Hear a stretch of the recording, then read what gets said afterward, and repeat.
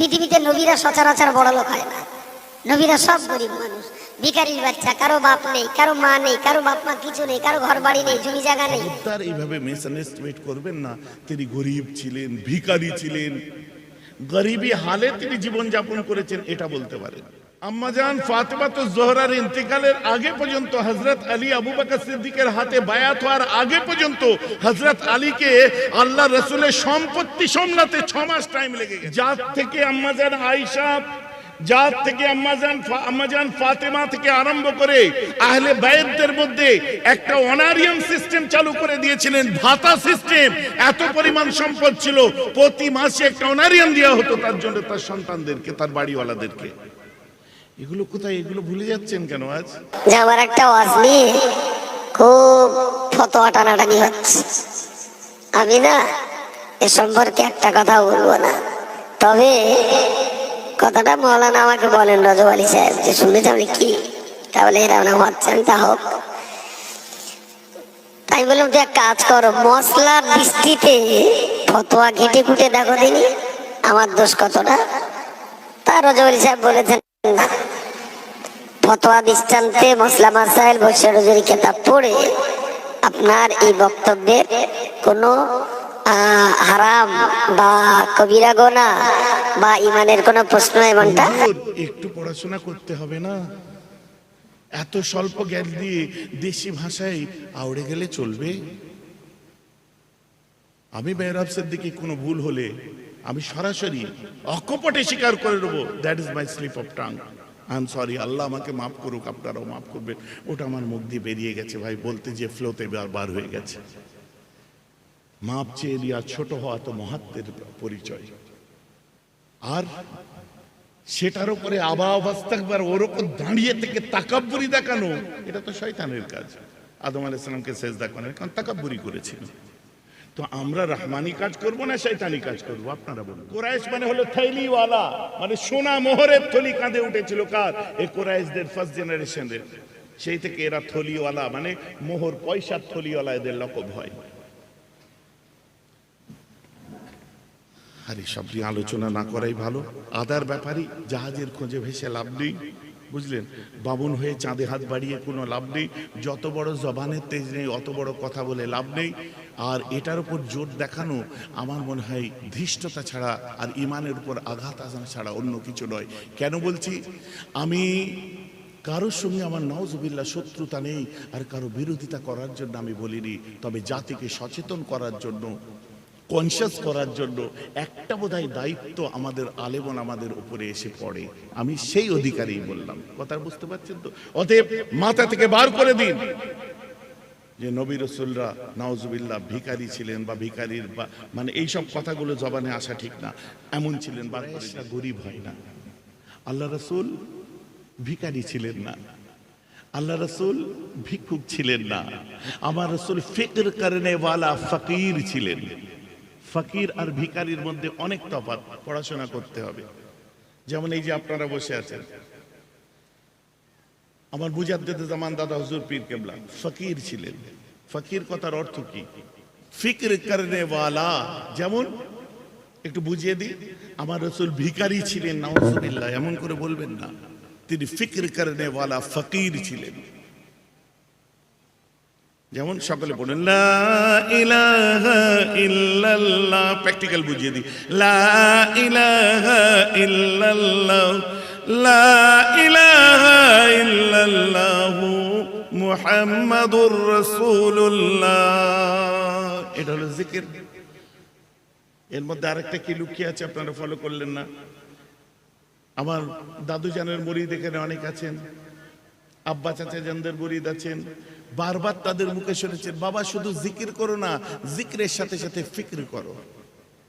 ফিকির কি? লা, ফিকির হচ্ছে মাথায় নেই নেই নেই নেই, লা না না না না, ইলাহা কোনো মাবুদ নেই, খেলানে वाला নেই, পড়ানে वाला নেই, বাঁচানে वाला নেই, মারনে वाला নেই, হাসানে वाला নেই, কাঁদানে वाला নেই, বিপদের সাথ দিনে वाला কেউ নেই, আমার দোষ চাপা দেওয়ার কেউ নেই, আমাকে মাফ করনে वाला কেউ নাই, আমি যে ইবাদত করব ইবাদতের সমতুল্য লায়েকও কেউ নাই। এই যে এতগুলো চিন্তা করলেন, আপনি জিকির করে জাকিরিন হয়েছেন। এই চিন্তা যখন করবেন তখন ফকির হবেন। ভাইজান বুঝাতে পারলাম ব্যাপারটা? পরে কি বলছেন, কেউ নেই তো বেঁচে আছি কি করে? না, আছে তো কেউ একজন, ইল্লাল্লাহ, আছে কেবল আমার মহান আল্লাহ। বলুন না সুবহানাল্লাহ। এই যে চিন্তা করে করে যে কাজগুলো করছেন, ঠিক তেমনি মুহাম্মদুর রাসূলুল্লাহ। কেউ কলমা সাদামাটা পড়ছে, একটু ভিতরে ঢুকবো, অসুবিধা হবে? ঢুকবো ভিতরে? আপনারা বলছেন ঘুম পাচ্ছে না তো? তাহলে আসুন, কোরআনের সব থেকে ছোট্ট সূরা পড়ুন, সূরা কাউসার। বিসমিল্লাহির রহমানির রহিম। ইন্না আতাইনাকাল কাউসার ফাসাল্লি লিরাব্বিকা ওয়ানহার ইন্না শানিয়াকা ওয়াল আবতার। গুড, দারুণ পড়েছেন ভাই। তুমি একটু পড়ো। ও পড়ছে ইন্না আতাইনাকাল কাউসার ফাসাল্লি লিরাব্বিকা ওয়ানহার ইন্না শানিয়াকা ওয়াল আবতার। ও প্লেন পড়লে হাত পা লেড়ে মাথা নেড়ে ইশারা করছে কেন?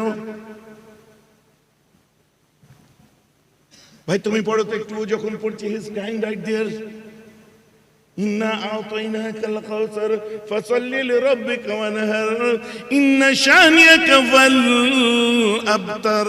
এত কান্না কাঁদে হাত্তা তাবুল্লা লাহিয়াতাহু, চোখের পানিতে ওর দাড়ি পর্যন্ত ভিজে যায়। আমার কাছে কথা হচ্ছে, আল্লাহ এক, কোরআন এক, সূরা এক, আয়াত এক, তিনজন পড়লো, তিন রকম হলো কেন? ভাই জি বোঝা যাচ্ছে তো নাকি? প্রথম জন যিনি পড়েছিলেন কোরআনের হাফেজ, মাশাআল্লাহ, নসিবওয়ালারা হাফেজ হয়, আল্লাহ রাসূলের জ্বলন্ত মুজিজা হাফেজে কোরআন। দ্বিতীয় জন হচ্ছে আলিম হাফেজ, তাই মুখে কোরআন পড়েছে, মাথায় অর্থ বুঝেছে, তাই চিন্তা এসেছে মাথায়। আর তৃতীয় জন পড়তে গিয়ে কেঁদে ফেললো কেন? ও একজন ফকির এবং সুফি হাফেজ। ও যখন পড়ে আল্লাহ রাসূলের চরম কষ্টের দিনেতে সূরা কাউসার নাযিল হয়েছিল, ওর মাথার মধ্যে সেই ফিকিরটা আরম্ভ হয়ে যায়। তাই ও ফকির হাফেজ, ও হচ্ছে সুফি। কানতে কানতে ওর বুকের কানতে কানতে ওর দাড়ি মোবারকটা ভিজে যায়। আহারে আমার রাসূলের কত কষ্টের বিনিময়ে এই সূরা। কথাটা বুঝাতে পারলাম? এই যে লাস্টে ও কি করলে কেন? আমার নবীজি তিনটে সন্তান যখন দুনিয়া থেকে বিদায় নেয়, আমার নবী খুব কেঁদেছিলেন। কুফাররা আল্লাহ রাসূলকে তানা দিয়েছিলেন যে মুহাম্মদ তুমি আটকুড়ে হয়েছো, তুমি জীবনে বাপ ডাক শুনতে পাবে না। আমার নবী খুব কাঁদছিলেন। তখন আমার আল্লাহ বললেন, হাবিব তোমার তিনটে সন্তান আমার কাছে, তোমার সন্তানদের থেকে বেশি কি কাউকে তুমি ভালোবাসো? আমার রাসূল কোনো টেনশন চিন্তা না করে বলেছিলেন, হ্যাঁ আমি আমার উম্মতদেরকে ভালোবাসি। আমার আল্লাহ ওই সময় বললেন, হাবিব কিয়ামতের দিন কঠিন দিনেতে যখন পানি পানি করে সব চিৎকার করবে, তোমার তিনটে সন্তান মারা গেছে, তুমি ঘাবড়িও না, তোমার লস নয়, আমার কাছেই তো আছে। বরং ওই তিনটে সন্তানের সাদকা তোমার উম্মতদের জন্য মনে করো। কাল কিয়ামতের দিনে মাথার উপরে যখন সূর্য নেমে আসবে, ওই গরমের দিনেতে পানি পাবে না, গলা শুকিয়ে যাবে, চিৎকার করবে ইন্না আতাইনাকাল কাউসার। তোমার তিনটে সন্তানের পানের পরিবর্তে তোমার উম্মতগুলোকে আমি হাউজে কাউসারের বৃষ্টি এবং ঠান্ডা পানি দান করব। বলুন সুবহানাল্লাহ। That's why he is crying right there. এই জন্য ওখানে কেঁদে ফেলেছে যে এর এত কথা মনে পড়ে গেছে। ও হচ্ছে ফকির। বলুন এর সঙ্গে ভিক্ষার সাথ আছে?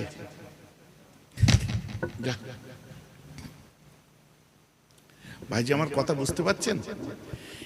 এর সঙ্গে কি কোনো ভিক্ষার স্বাদ খুঁজে পেলেন? ভিখারি বলা যাবে এর জন্য?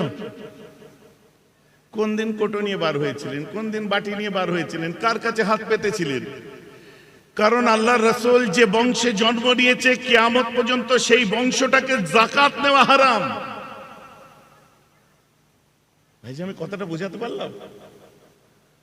যে বংশে আমার রাসূল জন্মেছেন, ওই বংশের জন্য ফিতরা নেওয়া হারাম, ওই বংশের জন্য দান নেওয়া হারাম। যদি কুরাইশ বংশের কোন সন্তান খেতে নাও পায়, যদিও এখনো হয়নি এমন কোনো, আমার চোখে আমার জ্ঞানে ঠেকেনি এখনো। আপনারা দান করলে সেই দান তার খাওয়া যাবে না। না হুজুর, পয়সা চাও তো যাবে না, উজরাত নেওয়া তো যাবে। চাওয়া আর উজরাত নেওয়ার মধ্যে তো তফাৎ আছে। তাহলে আপনি ওমর ফারুকের বিরোধিতা করতে পারেন না। মুজাদ্দেদে জামান 16 নম্বর ওসিয়াতে কি বলছে? দাদা হুজুর একটাই মাত্র ওসিয়াত রেখে গেলেন, যেটা হচ্ছে মাত্র 16। তো দাদা হুজুরের গিনতিটা 16 থেকে আরম্ভ হলো, 1 থেকে নয়। ভাইজি আমার কথা বুঝতে পারছেন? কি এমন কষ্ট লাগলো জানি না, কিন্তু আমার মুজাদ্দেদে জামান উজরাত নেওয়াটা হারাম কোন জায়গায় লিখে দিয়েছেন। এই 16 নম্বর ওসিয়াতে কোথায় লেখা আছে? আমি যদি ওপেন চ্যালেঞ্জ করি, আপনি যতবার ওই ওসিয়াতটা পড়েছেন, আমি তার থেকে একটু হলেও বেশি পড়েছি। কথাটা আমার বুঝতে পারছেন? আসলে কিছু নয়, যে গ্রামে যাবেন মসজিদ ভিত্তিক, মাদ্রাসা ভিত্তিক চাঁদার বিল ঠেলে দিয়ে পাবলিক প্লেসে তার কোনো হিসাব না দিয়ে পাবলিক প্রপার্টিকে ভোগ করা, এটা বোধহয় সব থেকে বড় খেয়ানত। সে বিষয়গুলো নিজেদের ধ্যান দেওয়া অত্যন্ত জরুরি। কে কি করছে সেদিকে তাকাবার দরকার নেই। কথা বুঝতে পারছেন? সিঙ্গাপুরে আমাকে রিসিভ করতে এসেছে আপনার হামার গাড়িতে করে। কথা বুঝতে পেরেছেন? যে গাড়িটা আমাদের ভারতবর্ষে 8 কোটি টাকার কাছাকাছি দাম। আমি ভাবলাম হয়তো কোনো ব্যবসায়ীর গাড়ি। তো আমার যে মানে কোঅর্ডিনেট করছিল তিনি একজন আলেম এবং খুব বিখ্যাত আলেম, আশারি মাতুরিদি। আমি ওকে জিজ্ঞেস করলাম, দোস্ত গাড়ি কার?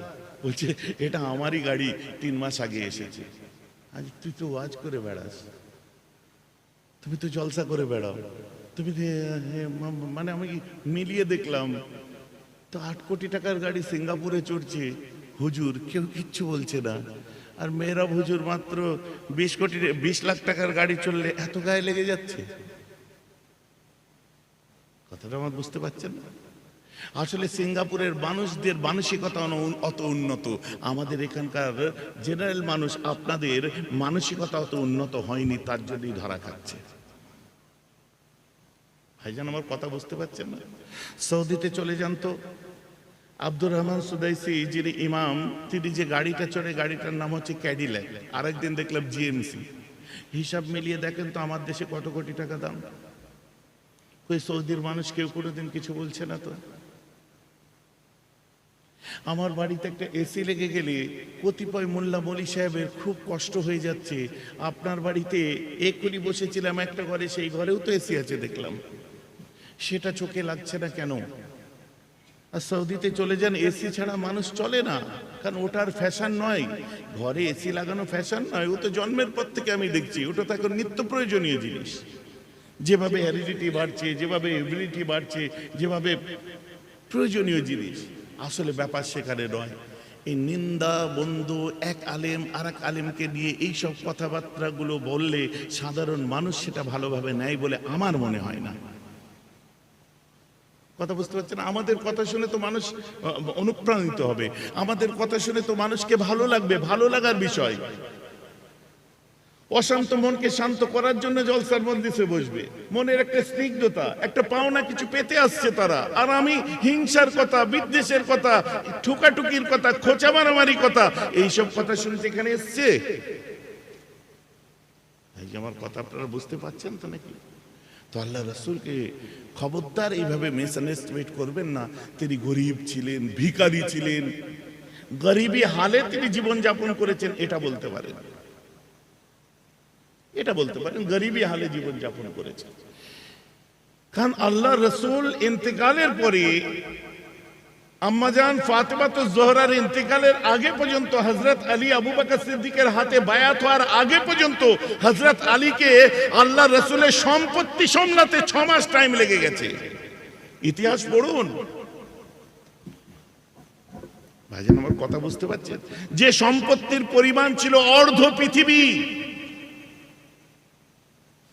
যার থেকে আম্মাজান আয়েশা, যার থেকে আম্মাজান ফাতেমা থেকে আরম্ভ করে আহলে বায়তদের মধ্যে একটা অনারিয়াম সিস্টেম চালু করে দিয়েছিলেন, ভাতা সিস্টেম।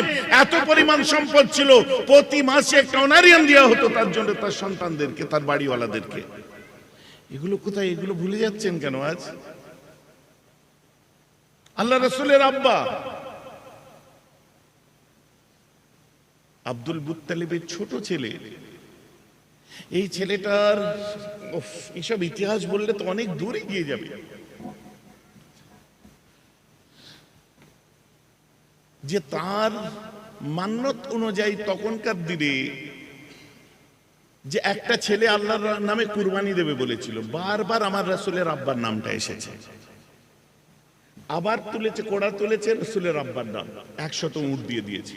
আবার তুলেছে, আবার রাসূলের আব্বার নাম, আবার এইভাবে উট দিয়েছে। এইভাবে হাজারের কাছাকাছি উট বিলি করেছিলেন শুধু তার ছোট সন্তানটার হায়াতের জন্য। পরে তিনি ইন্তেকাল করেছিলেন ব্যবসায়িক কাজে বার হওয়ার পরে, যদিও ছোট বয়সে ইন্তেকাল করে। কিন্তু এই ইতিহাসগুলো ভুলে যাচ্ছেন। দিল কোথার থেকে? যদি গরিব ভিখারির বাড়িতে জন্ম নিতেন। আপনি আরেকটু আগে যান, আব্দুল মুত্তালিব, ইনার আসল নাম কি? শাইবা। এই শাইবা কে ছিলেন? আব্দুল মুত্তালিব রাসূল পাকের দাদাজি, বুঝতে পারছেন? এই আব্দুল মুত্তালিবের আসল নাম হচ্ছে শাইবা। শাইবা মানে খুব সুন্দর, শুভ্র, সাহেবদের ফরেনারদের মতো দেখতে ছিলেন। কিন্তু আব্দুল মুত্তালিব ইনি হচ্ছে, ইনার আব্বার নাম হাশিম। রাসূল পাকের দাদা আব্দুল মুত্তালিব, তার আব্বা হাশিম। হাশিমের আরেকটা বিবাহ ছিল, একটা মক্কায় ছিল, আরেকটা বিবাহ করেছিলেন ব্যবসা করতে যাওয়ার পথে ইয়াসরাব অর্থাৎ মদিনায়। মদিনায় বিবাহ করে ওখানে ছিলেন, সেই পক্ষে একটা সন্তান জন্মেছিল। পরে ইয়াসরাব বা মদিনা থেকে তিনি সিরিয়ায় চলে গেলেন ব্যবসার কাজে। এই হাশেম মারা যায় সিরিয়াতে। কথাটা আমার বুঝতে পারছেন? 7 বছর পরে যখন মুতালিবকে হাশেমের ছোট ভাই, আপনারা কি আমার কথা বুঝতে পারছেন না জড়িয়ে যাচ্ছে? আর বলে দিই, আল্লাহ রাসূলের আব্বা আব্দুল্লাহর আব্বা আব্দুল মুত্তালিব। আব্দুল মুত্তালিবের আব্বা ছিলেন হাশেম, মুতালিব আব্দে শামস। আব্দে শামসের সন্তান থেকে উমাইয়া, হারব, এইভাবে এসে হযরত উসমান গনি। ইনি কিন্তু আব্দে শামস উমাইয়া পরিবার, মানে আল্লাহ রাসূলের পুরো একদম এন্টি বিরুদ্ধ পরিবারে জন্মেছিলেন উসমান গনি। এই 3 ভাই ছিলেন, দুটো মায়ের পক্ষে 6 ভাই, 6 ভাইয়ের মধ্যে এক মায়ের 3 ভাই ছিলেন। এই 3 ভাইয়ের একজনের নাম হাশেম, মুতালিব, আব্দে শামস। ইসলামের ইতিহাস পড়ুন না, বুঝতে পারবেন। আব্দে শামস আলাদা মতে চলতো, হাশেম আর মুতালিব এক মতে চলতো। তো হাশেম মারা যাওয়ার পরে এই মুতালিব খোঁজ পেলেন 7 বছর পরে যে তার বড় ভাই হাশেমের একটা সন্তান মদিনায় আছে। তো সেখানে যে সেই ভাবিকে বললেন, ভাবি যান, বাচ্চাটা আমাদেরকে দিন। কেন?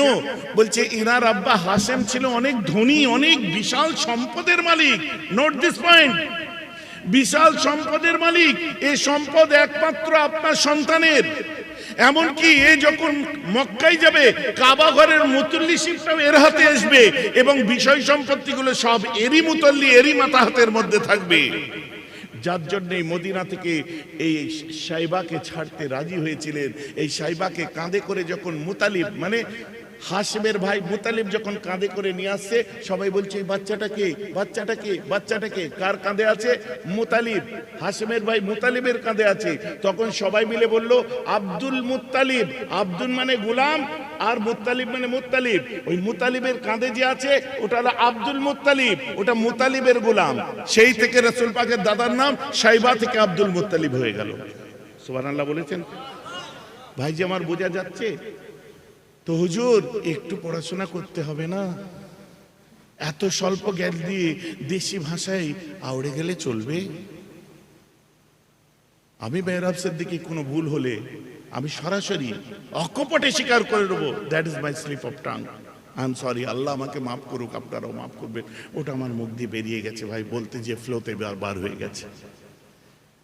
মাপ চেয়ে নেওয়া, ছোট হওয়া তো মহাত্মের পরিচয়। আর সেটার উপরে আবাস্তাকবার, ওর উপর দাঁড়িয়ে থেকে তাকাব্বুরি দেখানো, এটা তো শয়তানের কাজ। আদম আলাইহিস সালামকে সেজদা করেন কারণ তাকাব্বুরি করেছিল।